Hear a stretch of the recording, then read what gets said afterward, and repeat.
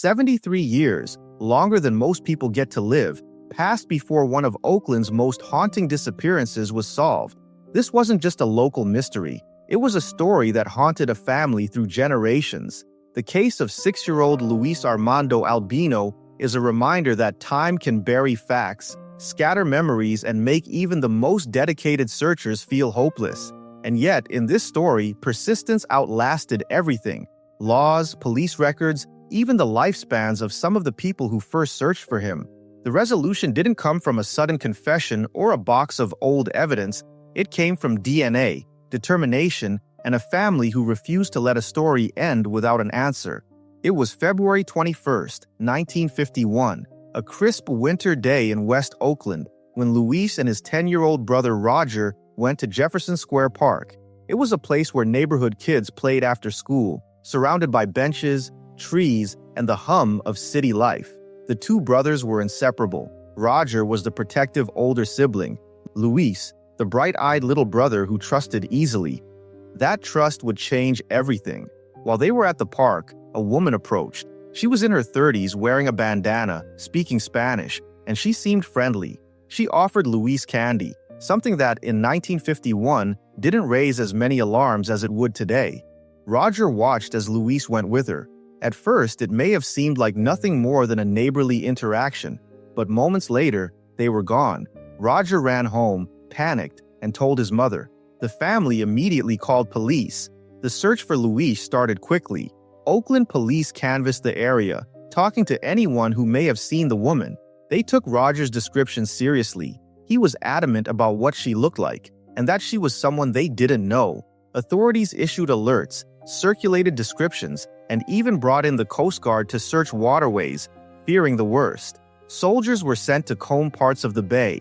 For weeks, officers went door to door, checked cars, and interviewed people in Spanish-speaking communities nearby. The woman was never found, and neither was Luis. Without a suspect to arrest or evidence to follow, the case began to cool, and in the years that followed, cold turned into forgotten in official records, though it never left the family's mind. Luis's mother never stopped looking for him.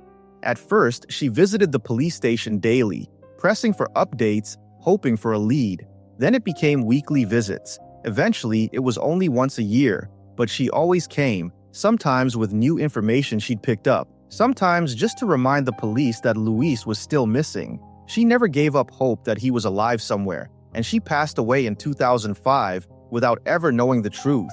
For decades, the only thing the family could do was keep his story alive in their own conversations, because they knew that once people stopped talking, it would be like Luis had never existed at all.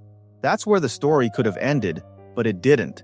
In 2020, Luis's niece, Alida Aliquin, took an online DNA test. She wasn't doing it for any investigation. It was just one of those things people do to learn about their ancestry. When the results came in, one number stood out: a 22% DNA match. In genetic terms, that's the level you'd see for an uncle or a half-sibling.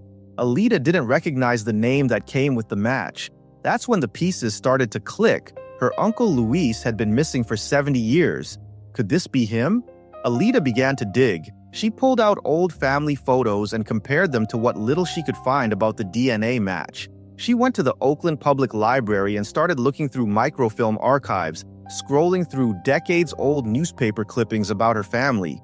That's where she saw the story again. Familiar photos of young Luis and Roger, taken before the disappearance, staring back at her from newsprint yellowed by time.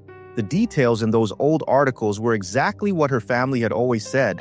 The more she compared, the more she felt certain this wasn't just a random genetic connection. This was her missing uncle. In early 2024, Alida took her findings to the Oakland Police Department's Missing Persons Unit. She wasn't sure if they'd take her seriously. After all, the case was from the early 1950s. But they did. The combination of a credible family historian, a strong DNA match, and verifiable archival information caught their attention. Soon, the California Department of Justice and the FBI were involved. It wasn't a brand new investigation, but it was a long overdue reopening of a file that had been sitting untouched for decades. The turning point came when Luis himself, now 79 years old, agreed to take a DNA test.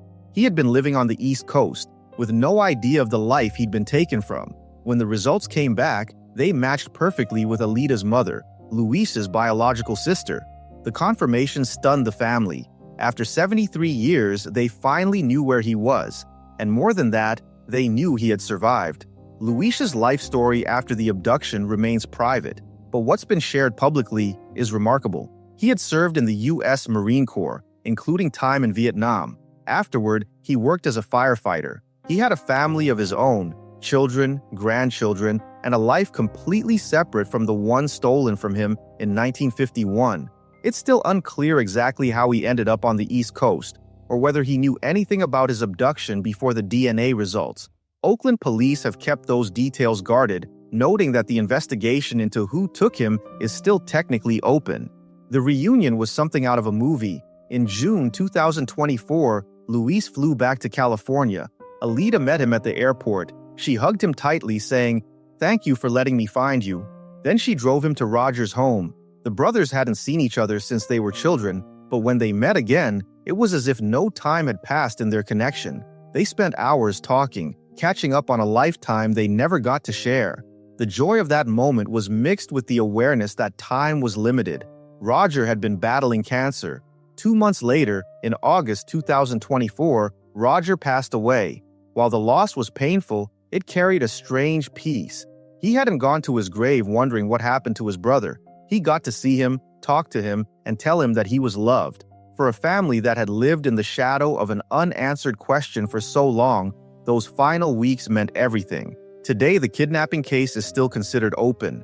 The woman who took Luis was never identified or arrested. Theories exist. Some suggest she may have been connected to the family in some way. Others believe she might have been part of an informal adoption or trafficking arrangement. But without evidence, they remain just theories. For now, the focus has shifted from what happened to what now. The family stays in touch, and Luis has been able to connect with relatives he didn't even know existed. He's kept a low profile, choosing not to speak publicly, but through his niece and other relatives, his story continues to be told. In the end, it wasn't luck that solved this case. It was persistence. It was a niece who took a DNA test and refused to ignore what she found. It was a family that kept old photos, old clippings, and old memories alive long enough for technology to catch up. And it's a reminder that, even after 73 years, answers are still possible.